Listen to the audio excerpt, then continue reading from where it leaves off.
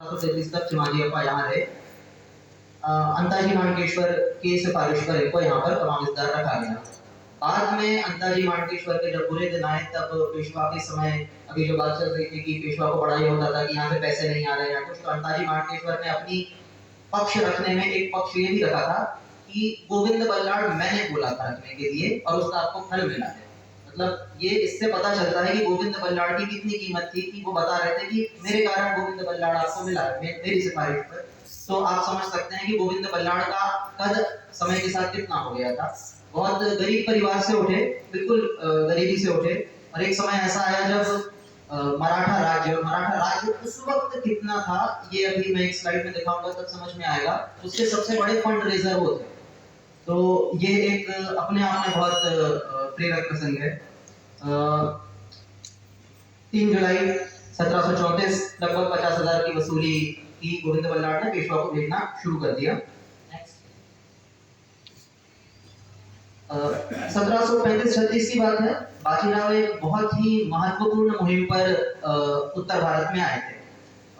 उस मुहिम का एक फल ये हुआ कि उन्होंने सीधे दिल्ली पर भी आक्रमण किया, और उसका दूसरा फल ये हुआ कि सागर के पास ही जो भोपाल है वहां पर एक दूसरा युद्ध हुआ उस दिल्ली पे आक्रमण की जो और कड़ियों में जुड़ता जाएगा, थोड़ा विषय भंग होगा लेकिन मैं आपको बता देता हूँ कि दिल्ली पे आक्रमण किया था तो मुगल इतना डर गया था कि ये यहाँ तक भी पहुंच चुका है। तब भोपाल में इन्हें निजाम ने और बहुत लोगों ने घेर कर 70-80 हजार की फौज की प्रयास किया। बाजीराव तक भी किसी के हाथ नहीं आए। दुराहा सराय की वो संधि कहलाती है, जब एक तरह से स्थापित हो गया था कि अब इनको पार पाना असंभव है। यहाँ पर उस वक्त के समय उससे पूर्व मतलब बाजीराव ने जब मुहिम स्टार्ट की थी तब तक गोविंद पंत का यहाँ पे इतना वर्चस्व होने लगा था कि उन्हें पालकी का सम्मान मिला था, और बुंदेलखंड की जो खंडनी होती है, कर होता है, जो चौथ वसूली होती थी, उसमें 750 रुपए उसमें उनके रहेंगे, ऐसा उनको मान मिला था। लगभग 1740 से हम देख सकते हैं जैसे हमारे पूर्व पहले के वक्ता श्रीवास्तव जी ने बताया कि इतना सरल नहीं था बुंदेलखंड को से कर वसूली करना। एक तो जो 1/3 मिला था वो 1/3 भी ऐसे ही नहीं मिल गया था। बाजीराव के बाद बालाजी बाजीराव के समय में भी उसको प्राप्त करने के लिए बहुत लड़ाइयां और युद्ध करने पड़े। तो वैसे कठिन प्रसंग में और वैसे कठिन जगह से गोविंद पंत इतनी वसूली करके भेजते थे। प्रतिवर्ष 14 लाख की रकम के अराउंड 1731 तक वो भेजते रहे हैं, और इस कारण गोविंद पंत का इतना प्रभाव था। जो अभी बताया कि पानीपत के समय क्यों भाव इतने निर्भर थे या बालाजी बाजीराव इतने निर्भर थे गोविंद पंत पे पैसे को लेकर, क्योंकि गोविंद पंत का ये रिकॉर्ड रहा था। इसके पहले कर्नाटक की एक मुहिम की थी पेशवा ने, ये पारसनीसी किताब में इसका वर्णन है। उसमें गोविंद पंत से कुछ धन की उन्होंने वो की थी मांग, 90 या 96 लाख कुछ था, और गोविंद पंत ने उन्हें वो तभी के तभी दे दिया। बदले में वो कागज लिख के दस्तावेज दे रहे थे, तो गोविंद पंत ने मना कर दिया कि श्रीमंत मैं अभी नहीं लूंगा। तो ये उनका सम्मान क्यों पेशवा राज्य में इतना था वो इससे पता चलता है कि उनकी जो निष्ठा थी वो एक निष्ठ थे, उसमें किसी प्रकार का खोट नहीं था। बाद में गोविंद पंत थे तो कमाविजदार गोविंद पंत थे, राव नहीं थे। बहुत ऐसा टेक्निकल डिफरेंस नहीं है, लेकिन सामान्यतः ये होता था कि पंत जो है वो एडमिनिस्ट्रेटिव या रेवेन्यू काम देखेंगे, पंत पंडित से बना पंत, और राव जो है वो थोड़े मिलिट्री ऑफिसर ऐसा। ये बहुत 100% क्लियर कट वाटर टाइप नहीं है, हरिपंत फड़केवी से कोई युद्ध नहीं करते थे, लेकिन सामान्यतः ऐसा होता था। गोविंद पंत की तारीफ ये है कि उन्होंने अपने उस रेवेन्यू के काम से बढ़कर सैनिक की जो काम था, जनरल का काम था, उसमें भी काफी कुछ किया। यद्यपि उस समय की स्थितियां ऐसी थी कि आप सैनिक हो नहीं हो आपको काम करना ही पड़ेगा। तो एक तो उसमें बकरुल्ला खान का पराभव आता है। कड़ापुरा नाम का इलाहाबाद के पास का एक क्षेत्र है, उसमें उन्होंने बकरुल्ला खान को हराया था। और 1756 में सैयद अस्कर अली जो अवध का फिरोजदौला नवाब था उसने भेजा था, उसको गोविंद पंत ने हराया था। और इस पूरे क्षेत्र को उन्होंने जिस तरह से अपनी शक्ति के दम पे कब्जा कर रखा था वो बताता है उनके इसको। नेक्स्ट, ये एक बड़ा ही इंटरेस्टिंग पत्र है, मैं चाहता था आप लोगों से शेयर करूं। जब बकरुल्ला खान को उन्होंने हराया, मराठी में पत्र है, उसमें मैं आपको हिंदी में रनिंग उसका बताता हूं। पेशवा को उन्होंने एक तरह से शिकायत करते हुए भेजा था कि मैंने इतना किया लेकिन मुझको वो मान नहीं मिलता है जो किसी और ने किया होता तो उसको मिल जाता। मतलब बकरुल्ला खान पातशाही में एक नामी सरदार था, उसको परम संकट और परम उपाय करके मैंने बर्बाद किया, उसको नष्ट किया। कोई और ये काम करता तो जमीन पे नाम आता, मतलब पैर जमीन पे ना पड़ रहे होते। आम्ही स्वामीचे ब्राह्मण आमची सिफारिश कौन करणार, हम स्वामी के ब्राह्मण हमारी सिफारिश कौन करेगा। तो वो उस वक्त की जो एक सामाजिक स्थिति थी उसमें वो कहना चाह रहे थे कि अन्य किसी ने किया होता तो शायद उसको मान मिलता, मैं स्वामी का ब्राह्मण मुझे कौन करे। आम्ही कान धर लेगी शेड़ी, मतलब जैसे बकरी के कान पकड़े होते हैं तो हम स्वामी की कान पकड़ी हुई बकरी है, मतलब उतने स्वामी के निष्ठ हैं कि हमें जैसे कान पकड़ी हुई बकरी होती है। तो ये एक बड़ा ही ऐसा प्रसंग है जो बताता है कि गोविंद पंत अपनी सीमाओं से बढ़कर भी क्या कर रहे थे और क्या अपेक्षा करते थे। नेक्स्ट, पानीपत की मुहिम में 20 दिसंबर 1760 गोविंद पंत की हत्या हुई, वो प्रसंग हम सुन ही चुके हैं। जब वो जलालाबाद के करीब आसपास ये काम कर रहे थे तो अताई खान अब्दाली ने इसको भेजा था 10,000 की फौज के साथ, क्योंकि गोविंद पंत उस वक्त उनकी सारी रसद रुके हुए थे अफगानों की और उन पे आक्रमण किए जा रहे थे। तो इस कारण से अताई खान को भेजा। गफलत ये हुई कि वो जब भगवा झंडा लेके आए, उन्हें लगा मल्हारराव के सैनिक हैं, जब अंदर आ गए तब पता चला शत्रु के सैनिक हैं। गोविंद पंत बूढ़े थे, उनका सिर काट लिया। और ये जो प्रसिद्ध एक चित्र है, नीचे आप देखेंगे वो अब्दाली खड़ा हुआ है और नीचे गोविंद पंत का कटा हुआ सिर है। ये दरअसल मैंने उदय कुलकर्णी इस वक्त मराठी इतिहास के बहुत बड़े हिस्टोरियन हैं, उनके इससे लिया है, परंतु जहाँ तक मुझे जानकारी है बाबा साहेब पंत प्रतिनिधि औंध के जो थे उनके द्वारा ये बनवाया गया चित्र है। तो ये कटा सिर के भाव के पास भेजा गया और अब्दाली ने बड़े चढ़ाते हुए उनको लिख के भेजा था कि गोविंद पंत स्वर्ग में जा चुके हैं और अब तुम्हारी बारी है। तो भाऊ ने फिर जवाब दिया था कि स्वर्ग का स्थान तो बड़े बहुत ऊंचे और बड़े लोगों का है, ऐसे बड़े और ऊंचे लोग तो आप ही हैं, निश्चित ही गोविंद पंत आपकी व्यवस्था करने के लिए वहां पे गए होंगे। तो इस तरह गोविंद पंत के बड़े ही एक विशाल जीवन का, उसमें काफी कुछ है बोलने को, लेकिन उसका अंत हुआ। नेक्स्ट, ये गोविंद पंत का हस्तलिखित पत्र है जो सर देसाई की पुस्तक से मुझे प्राप्त हुआ है, उनकी हैंड राइटिंग में है, कैसे सिंगर और गोविंद बल्लाळ की हैंड राइटिंग। नेक्स्ट, एक चर्चा बार बार चलती है कि सागर की स्थापना किसने की। तो इसमें मुझे लगता है कि हम कई बार व्यक्ति की चर्चा में पड़ जाते हैं, इसमें किसी तरह की कोई शंका नहीं होनी चाहिए कि सागर की स्थापना करने वाले व्यक्ति गोविंद बल्लाळ के ही हैं। वर्तमान में जिस रूप में हम नगर के रूप में सागर को जानते हैं, कम से कम उसकी स्थापना करने में, उसके पूर्व हमने नंबर दिया सुना उदयनराजे और बाकी जो थे उन्होंने तो किया ही, लेकिन वर्तमान में जिस रूप में हम सागर को जानते हैं, इसमें मैं 3 उस वक्त के स्रोत आपको बताता हूँ। एक तो रामचंद्र कृष्ण लघाटे, ये दरअसल सागर के अरिस्टोक्रेटिक फैमिली के व्यक्ति थे, मुजुमदार थे उस वक्त के सागर प्रशासन में। 1842 में उन्होंने गोविंद पंतांची कैफियत नामक एक ग्रंथ लिखा है। उसी के सप्लीमेंट में उन्होंने सागर की कैफियत, मुझे लगता है सागर के इतिहास को अगर समझना है तो ये ग्रंथ बहुत, ये ग्रंथ नहीं है, एक ये छोटी सी एक वो है, बड़ा महत्वपूर्ण है। और तीसरा पारसनीस जो मॉडर्न हिस्ट्री के बहुत बड़े मराठा हिस्टोरियन रहे, उन्होंने गोविंद पंत के ऊपर जो पुस्तक लिखी है। आगे की जो बातें बताऊंगा मैं इन्हीं 3 स्रोतों से बताऊंगा। पहले मैं एक बार बता दूं कि लघाटे जो थे वो 1842 में लिख रहे थे, यानी हम ये मान सकते हैं सर हम बताएंगे कि प्राइमरी सोर्स हम जानते हैं, जैसे जो लेटर्स होते हैं कंटेम्पररी, और उसके बाद मान्यता उनकी होती है जो सोर्स के उतने ही निकट हो। तो रामचंद्र कृष्ण लघाटे जिस वक्त ये लिख रहे थे तो ये निश्चित ही उस वक्त ऐसे लोग भी सागर के जीवित थे 1842 में, 70-80 वर्ष के वृद्ध लोग भी जीवित थे, जो ये बता सकते हैं जिनके आगे सागर का विकास हुआ होगा, जिनके आगे सागर की रचना हुई होगी। तो लघाटे कृत जो सागर की कैफियत है उसको हम एक बहुत ही इंपॉर्टेंट और बहुत ऑलमोस्ट प्राइमरी सोर्स हम मान सकते हैं। नेक्स्ट, सागर, ये लघाटे की कैफियत से है। सागर प्रांत में 5 थाने गोविंद पंत ने स्थापित किए। कहाँ? रहली, रांगेर, यहाँ गोविंद केशव को कमावसदार रखा, इन्हें रहली, गढ़ाकोटा, अथरिया, दमोही, बिल्हाई ये स्थान रहने की जगह दी। दूसरा थाना कुटरी, परगना, हटा, केशव सोमदेव को कमावसदार, हटा, जयशंकर, सिमरिया, पाकिस्तान। तीसरा थाना खुरई, लक्ष्मण पंत दादा खेर को कमावसदार रखा, पंचमहाल, मालथौन, केरगांव ये स्थान। चौथा थाना जयसिंह नगर या जयसी नगर, यहाँ पे इसलिए क्योंकि सागर का किला जहाँ हम अभी बैठे हैं वो कुरवाई के नवाब के कब्जे में होता था, तो यहाँ पे रहना संभव नहीं था, तो वहाँ पे जयसी नगर में उन्होंने तब व्यवस्था की। और उसमें जयसी नगर ही सबसे क्षेत्र आता है। अभी भी जयसी नगर में मराठों का पुराना किला है, बाकले परिवार के पास वो किला भी सुरक्षित है। 5वां, हीरे की खान जो पन्ना से उनको मिलनी थी, वहां पर रामचंद्र पंत सूबेदार चित्रेड़, ऐसे 5 थाने सागर का जो प्रांत था वहां पर स्थापित किए। नेक्स्ट, तो ये वो कैफियत का चित्र है जहां से ये मैंने कोट किया है। नेक्स्ट, इसके अतिरिक्त 3 और थाने स्थापित किए थे, जालौन में, चुरकी एंड गुलसराय। गुलसराय मैंने बताया बाद में उनके वंशजों के साथ ही रहा, खेर परिवार के साथ गोविंद पंत के।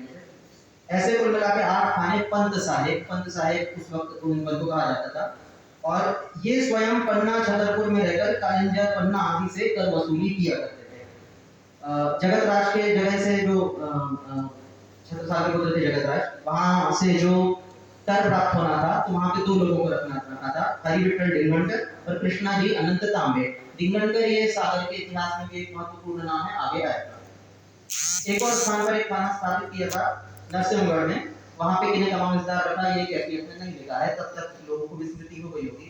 तो एडमिनिस्ट्रेशन के रूप में हम देखें तो सागर के अलग-अलग प्रांतों में थाने स्थापित करके वहां एक एडमिनिस्ट्रेटिव यूनिट बनाने का काम गोविंद पंत ने अपनी आंखों के आगे अपने देखते ही कर दिया था। अब आते हैं बिल्कुल मेन सागर सिटी पर। तो नेक्स्ट, मुझे लगता है जो वो सागर की कैफियत मैंने बताया उससे अधिक अच्छा सोर्स इसके लिए कुछ हो नहीं सकता है। ये मराठी में है, मैं इसका रनिंग हिंदी में एक बार आपको बताता जाता हूँ जो भी प्रासंगिक है। सागर के प्रकरण में जहाँ शहर का किला जो पहले किसी ने बांधा था वो कब बांधा गया इसके बारे में लिखा है। सागर से गढ़बहरा उत्तर की ओर 1.5 कोस पर है, पहाड़ पे नीचे थोड़ी बस्ती है और ऊपर पत्थर का वो किला है। यहाँ दांगी लोग प्राचीन 10-20 पीढ़ी से राज करते हैं, 1842 की बात बता रहे हैं लगाटे। उसके नीचे दूधगढ़ और रणवली जैसी नगर ऐसी छोटे तालुके हैं। इनका कुछ बुंदेला राजाओं से कुछ बिगड़ा और उनके बड़े को ले देना है दांगियों के। तब आगे उन्होंने लिखा है कि सागर के पास जो तालाब है, वेड़े पासून उजाड़े झाले परगण्या से बहुत गांव लुटून झाले तेव्हा रेत पाहिजे तिकडून निघून गेली। मतलब ये जो स्थान था यहाँ पे बहुत ही आगजनी हुई, बर्बाद कर दिया गया, रेत यहाँ से निकल गई, रेत यानी जनता यहाँ से निकल गई। उस समय सागर का तल बहुत बड़ा था, उसी के नाम से यहाँ का नाम सागर पड़ा। उस तल के उत्तर में एक दांगी राजाओं ने शिकार खेलने के लिए एक गढ़ी बनाई थी, ये वो गढ़ी है। इसकी आबादी काही नव्हती, आबादी नहीं थी, फक्त चहूकडे डांग आहे, सिर्फ चारों तरफ जंगल है। तेव्हापासून राज्याचे राज्य जाऊन बुंदेल्याचे हस्तगत, तब से डांगियों का राज्य जाके बुंदेलों के हस्तगत हुआ। फिर वो 76 साल का प्रसंग, कांग्रेस का प्रसंग। उसके बाद पंत साहब आए, ठरावाप्रमाणे वाटा मिला, उनको जगह मिली। त्या समयी नवाबाकडून गडपेहऱ्याची जागा घेऊन यांचे स्वाधीन केली। उस समय गडपेहरा की जगह नवाब से लेके पंत साहब के स्वाधीन की और वाटनी की जगह हेराच्या खजानी सब उनको बराबर बराबर दिया। गढ़बहरा के दांगी राजे जो खराबी में थे उनको गोविंद पंत ने अलग अलग 10,000 की कुछ जगह दी और कुछ जगह दी, यानी उनको भी उन्होंने एडजस्ट कर लिया कि वे ये हो जाए। उसके बाद सागर का जो ये स्थान था, यहाँ पर उसमें साफ लिखा है कि जमींदार इजारा 5, मतलब किसी को 5 शेर मजदूर के बदले गांव की जमीन दे दी, किसी को कुछ दे दिया, मतलब बहुत ही कम स्थान पर, बहुत ही कम इसमें उन्होंने सागर को बसाने के लिए ये सारे प्रयत्न यहाँ पर किए। तळ्याचे आसपास डांग कापून काम लावले, आबादानीचा प्रबंध केला। तळ के आसपास जंगल काटकर उन्होंने जनता को आबादानी, दाना पानी की व्यवस्था की और लोगों को बसाने की व्यवस्था की।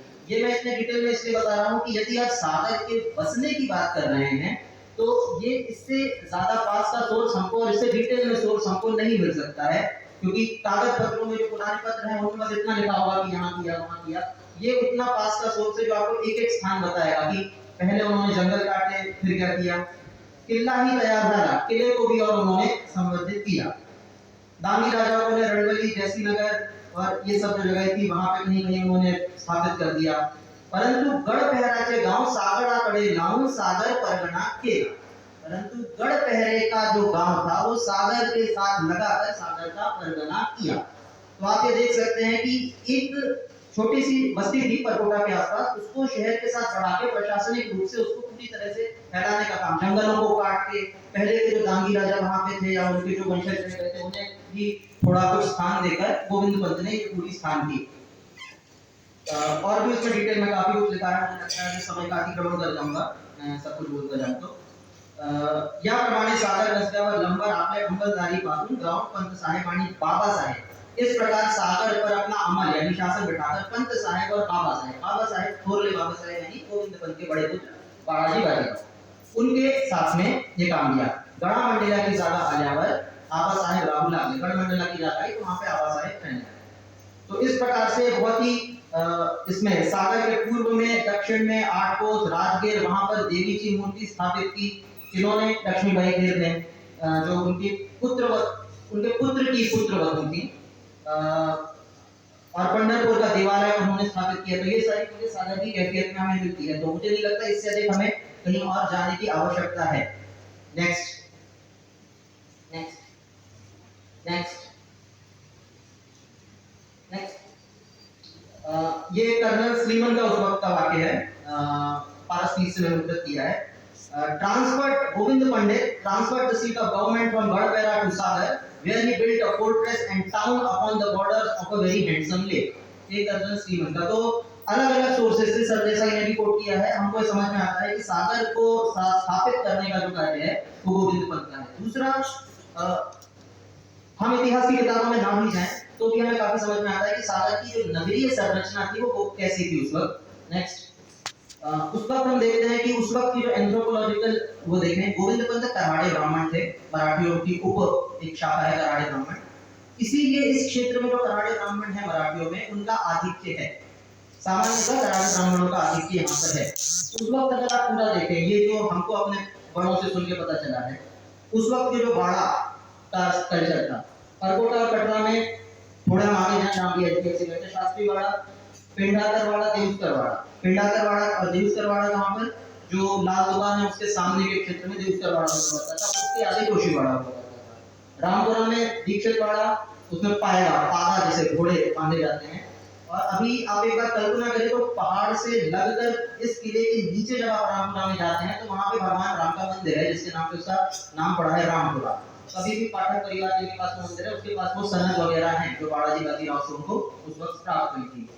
राम मंदिर, पाठक मंदिर, राम मंदिर वाले। फिर बड़े बाजार में आप देखते हैं कैफियत में एक स्थान पर है, वो मैं शायद कोट करना भूल गया कि अलग अलग स्थान से, गुजरात से, सिरोंजा से गुणवंत और बड़े अच्छे लोग लाकर सागर में बस आए। और आगे रजनीश जी मेरे बात बोलने वाले हैं, वे इस विषय में काफी जानकारी रखते हैं कि किस प्रकार से हीरो की खदानों के लिए गुजरात से और अन्य जगहों से लोग आए। और ये मेरा एक अनुमान है कि शायद जैन समाज की यहाँ पर आधिक्य भी उस समय हुआ होगा, क्योंकि यहाँ पर व्यापार के लिए और व्यवसाय के लिए गोविंद पंत ने लोगों को काफी संख्या में बसाया था। नेक्स्ट, यहाँ चक्रघाट से लक्ष्मीपुरा देखिए, आप एक पूरी सूची देख सकते हैं। तो सागर की जो आप शुरुआत देखते हैं नगर के रूप में, वो शुरू से अंत आप देख सकते हैं गोविंद पंत के बाद ही है। चाहे वो आप सोशियोलॉजिकल पॉइंट ऑफ व्यू से देखिए, हिस्टोरिकल पॉइंट ऑफ व्यू से देखिए, किसी भी प्रकार देखिए, वो गोविंद पंत के बाद ही हमारी समझ में आती है। नेक्स्ट, अब भारत के बृहद इतिहास में हम गोविंद पंत की बात करें, ये एक बार आप नक्शा देखिए। गोविंद पंत का कार्य केवल सागर तक या बुंदेलखंड तक सीमित नहीं है। ये 1758 का नक्शा है। उस वक्त जब वो पूरा मराठा जो पेशवा का राज्य था वो इस लेवल तक फैला हुआ था। और इसके सबसे बड़े जो फंड रेजर थे, आगे कुछ पत्र मैंने ऐड किए हैं, समय रहा तो मैं उनके बारे में बताऊंगा। इस पूरे के सबसे बड़े फंड रेजर और इस पानीपत के युद्ध के पहले का नक्शा है, उसके बाद काफी स्थितियां बदली थी, गोविंद पंत थे। इलाहाबाद तक, उसके आगे दिल्ली तक, और दिल्ली के आगे पंजाब में जब मराठी सेनाएं गई तो उनकी फंड रेजिंग का कार्य गोविंद पंत के हाथ में था। तो हम जिस स्थान पर हैं उस स्थान की स्थापना करने वाले गोविंद पंत की छाप भारतीय इतिहास में बहुत बड़ी है। गोविंद पंत की मृत्यु पानीपत के युद्ध का एक बहुत बड़ा टर्निंग पॉइंट माना जाता है। One of the two turning points आखिरी के समय में जो हुए। बलवंतराव महेंद्रजी की मृत्यु हुई थी 7 दिसंबर को युद्ध में, सदाशिवराव के राइट हैंड के व्यक्तियों ने, और 20 दिसंबर को गोविंद पंत का जाना, जिस पर काफी कुछ निर्भर था। तो ये आज हम इस हिसाब से देखें कि एक कितना महत्वपूर्ण व्यक्तित्व हमसे बहुत करीब इससे जुड़ा है, इस महत्व को हम समझ पाए। नेक्स्ट, ये कुछ ओरिजिनल सोर्सेज से लेटर्स हैं जो मैंने ऐड किए हैं, जो एक तरह से ये बताते हैं कि कब मराठों के इतिहास में जो ओरिजिनल लेटर्स हैं गोविंद पंत का महत्व रहा या उनसे किस तरह की सहायता ली गई। ये लेटर्स एक्चुअली इस बारे में है कि गोविंद पंत से पैसे देने के लिए पानीपत के समय जो बातें की गई थी। नेक्स्ट ये है बाळाजी गोविंद यास एक पत्र पाठवावे की नवा 25 जमनगर घाटास पाठवीत म्हणजे लष्करास लवकर उतरू।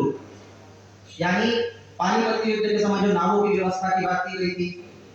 इसके बाद जो दूसरा चित्र है ये महत्वपूर्ण है क्योंकि इसमें पेशवा ने भाऊ को फंड के लिए भी सदाशिवराव को बोला था। नेक्स्ट ये है सागर में गोविंद पंत के पश्चात क्या हुआ। तो विसाजी पंत चांदोरकर का नाम लिया था असल में। गोविंद पंतांनी सागर प्रांताची व्यवस्था आपले जावई विसाजी पंत चांदोरकर यासकडे दी। अपने जवाई विसाजी पंत को ये दी थी। और ये इसके बाजू में ओरिजिनल लेटर है जिसमें बालाजी गोविंद को कमा विस्तार रूबरू वस्त्र दिली, अपने सामने वस्त्र दी और उसमें विसाजी गोविंद का भी नाम आता है। ये पेशवा इसका ओरिजिनल लेटर है जो मैंने सरदेसाई की पुस्तक है माधवराव के समय जो पत्र व्यवहार हुआ है उससे मैंने किया है। नेक्स्ट मुख्यतः ये भी जो पत्र हैं वो ये बताते हैं कि किस प्रकार पानीपत के बाद सागर की स्थिति बहुत खराब हो गई थी। जानोजी भोसले को बुलाना पड़ा था। इस पत्र को आप पढ़ेंगे तो उसमें सागर का नाम आता है कि सागर क्रांति जमींदारांनी मोठा हंगामा करून हट्यास मोर्चेला वेले। सागर प्रांत में जमींदारों ने बहुत हंगामा किया, हटा में मोर्चा लगाया, तमाम खाने उड़ा दिए गए हैं। सागर में मोर्चा लगाना प्रारंभ कर दिया है। जानोजी भोसले यदि नहीं आए तो सागर क्रांती आणली आणि हटाचे मोर्चे उठवले तर सरकारचा अंमल उठतो। यदि अब भी सहायता नहीं देती तो सरकार का शासन यहाँ से उठ जाएगा। सागर में आप इसका महत्व ये समझ सकते हैं कि बाकी सारी जगह से एक बार खाने उठ गए परंतु सागर से कभी मराठों का अमल या मराठों का शासन हट नहीं पाया। बिल्कुल विद एन इंच पहुंच गया लेकिन हट नहीं पाया। नेक्स्ट ये भी वो विसाजी पंत के बारे में ही ये हिस्टोरिकल सोर्स है, लेटर है जिसके बारे में बता रहा था। तेन घेतल्याने जर सागरास लागतील म्हणजे बुंदेलखंडाचा अंमल सुटतो, याची काही साहित्य एरिया मुलुक राहतो तर नाही। कि सागर की व्यवस्था कही तब तो मुलुक रहेगा नहीं तो नहीं रहेगा। ये विसाजी पंत ने जानोजी भोसले को कहा था। फिर उनकी सहायता आई, फिर बाद में मराठों ने रिकॉन्कर किया तो चीजें बदल गई, वापस दिल्ली तक भी पहुंच गए। नेक्स्ट गोविंद पंत के पश्चात विसाजी पंत चांदोरकर जो सागर की व्यवस्था देखते थे 1780-81 में कड़ामंडला के युद्ध में इनकी मृत्यु हुई। गंगागीर गोसाई ने इनको धोखे से मार डाला था। बाद में जो टिंगनकर की मैंने बात की, मोरो विश्वनाथ टिंगनकर ने उस गंगागीर गोसाई को हाथी से कुचलवा के सागर तक जबलपुर से घसीटते लाए थे। सागर में जो प्रसिद्ध जैन मंदिर है मोराजी, वो मोरो विश्वनाथ टिंगनकर का ही वाड़ा था। वहां पे उनको सेनापति थे मोरो विश्वनाथ टिंगनकर, वहां पे वो रहते थे। बाद में उनका कोई वंशज और ये सब नहीं रहा तो वो स्थान हो गया, परंतु वो नाम अभी भी चलता है मोराजी। गणेश विठल चांदोरकर जो उनके साथ खत्म हुए थे विसाजी पंत के साथ, उन्हीं के रिश्तेदार थे। उनके पुत्र गणेश विनायक को यहाँ की विनायक गणेश को सागर की सूबेदारी मिली। ये है 1795 या कभी कभी 1800 लिखा है, लेकिन बिल्कुल अंत की बात है। उन्हें यहाँ की सागर की सूबेदारी मिली, वो सागर के अंतिम सूबेदार रहे हैं। नेक्स्ट गोविंद पंत के पौत्र रघुनाथ राव आबा साहेब, इनको फिर अंग्रेजों ने जबलपुर भेज दिया। आबा साहेब की विधवा रखुमाबाई को 51 गांव दिए गए, उनसे रखरखाव नहीं हो पाया तो उनके जो भाई थे गणपत राव बाफले, उन्हें वो गांव दे दिए गए। वो अभी भी हम सुनते आते हैं कि बाफले परिवार के पास 51-56 गांव होते थे, जैसी नगर में तो किला भी नहीं, तो उस प्रकार से वो अभी भी है। पारसनीस ने जो one of the greatest historians Vinayak Rao के बारे में लिखा है कि he was a very brave and able statesman and he managed the affairs of Sagar as ably as he could. Similarly जी के ताम में लिखा है कि an able administrator who did his duty faithfully. तो सागर का जो गोविंद पंत से मराठों का राज्य शुरू हुआ था तो विनायक राव चांदोरकर जो सूबेदार रहे थे उनके समय पर वो समाप्त हुआ। नेक्स्ट ये चित्र है विनायक राव चांदोरकर का जो सागर के अंतिम मराठा सूबेदार है। 1819 में एंग्लो मराठा वॉर के बाद ब्रिटिश ने इनको पेंशन ऑफ कर दिया, जबलपुर भेज दिया। जबलपुर नहीं भेजा, जबलपुर खेर को भेजा, पेंशन ऑफ करके इनसे सत्ता ले ली इनकी।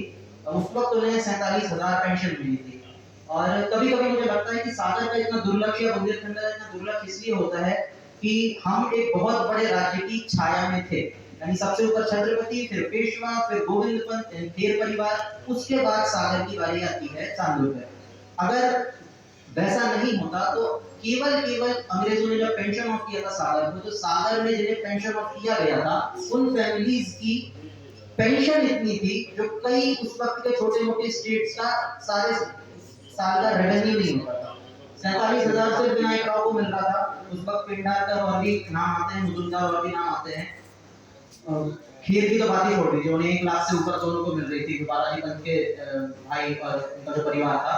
तो उस वक्त का सिर्फ उनका रेवेन्यू, यानी आप समझ सकते हैं कितने बड़े और कितने संपन्न क्षेत्र पर उनका शासन रहा है। नेक्स्ट, ये अंत में मैंने जो चित्र उसमें किए हैं, ये सूबेदारों का जो पुश्तैनी या फिर पारिवारिक स्मशान घाट है, वहाँ पे कुछ छतरियाँ बनी हुई हैं।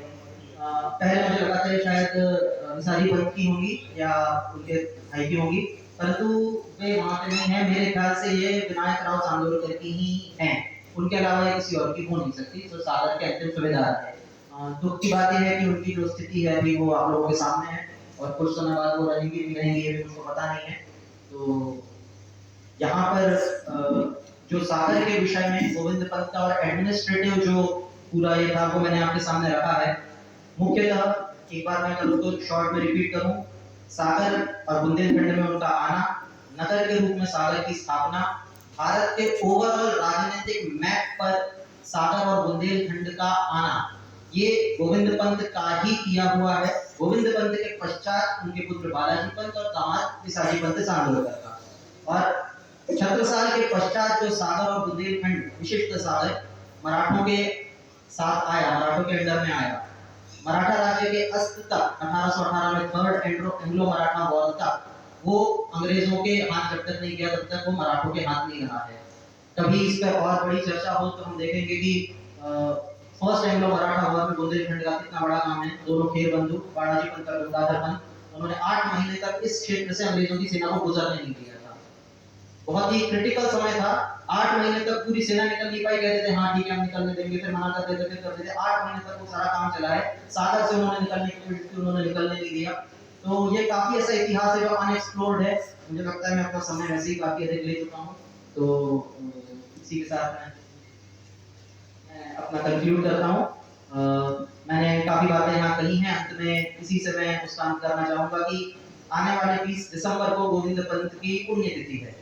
यदि उस बात को ध्यान रखकर हम कुछ करें शहर में, तो ये उनके लिए अच्छी श्रद्धांजलि होगी। यह रोचते करेगा जैसा आपको पता चले। बहुत धन्यवाद डॉक्टर अनिरुद्ध सूबेदार जी, इनका बहुत बारीक अध्ययन गोविंद पंत खेर के ऊपर, इनके ऊपर आपका वक्तव्य रहा। माननीय सांसद